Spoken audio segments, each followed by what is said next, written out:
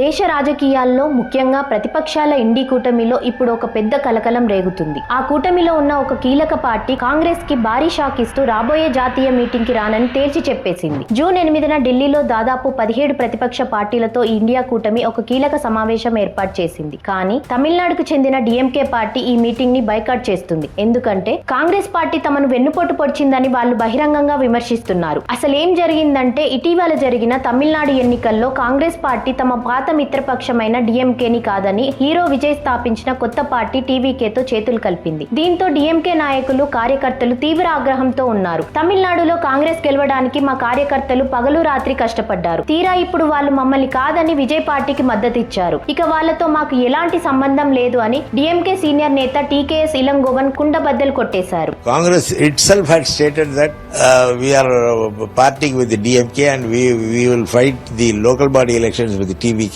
and the next parliament elections also with the TVK, which means how can we continue in the India bloc? ఈ గొడవ ఎంత దాకా వెళ్ళిందంటే parliament లో కూడా కాంగ్రెస్ ఎంపీల పక్కన మేము కూర్చోము, మాకు వేరే సీట్లు కేటాయించాలని డిఎంకే ఎంపీ కనిమొళి ఏకంగా స్పీకర్ ను డిమాండ్ చేశారు. తమిళనాడులో తాము చాలా బలమైన పార్టీ అని, కాంగ్రెస్ మద్దతు లేకపోయినా రాబోయే ఎన్నికల్లో ఒంటరిగానే సత్తా చాటుతామని డిఎంకే ధీమా వ్యక్తం చేసింది. కానీ ఈ దెబ్బతో జాతీయ స్థాయిలో ఇండి కూటమి పరిస్థితి ప్రశ్నార్థకంగా మారింది. రాజకీయాల్లో శాశ్వత మిత్రులు శాశ్వత శత్రువులు ఉండరంటారు కదా, బహుశా ఇదేనేమో దానికి నిదర్శనం. హీరో విజయ్ ఎంట్రీతో తమిళనాడు రాజకీయాలు తీసుకున్న ఈ కొత్త మలుపుపై మీ అభిప్రాయం ఏంటో కమెంట్స్ లో చెప్పండి. ఈ పొలిటికల్ అప్డేట్ మీకు నచ్చితే వీడియోని లైక్ చేసి మీ ఫ్రెండ్స్ కి షేర్ చేయండి. జై హింద్.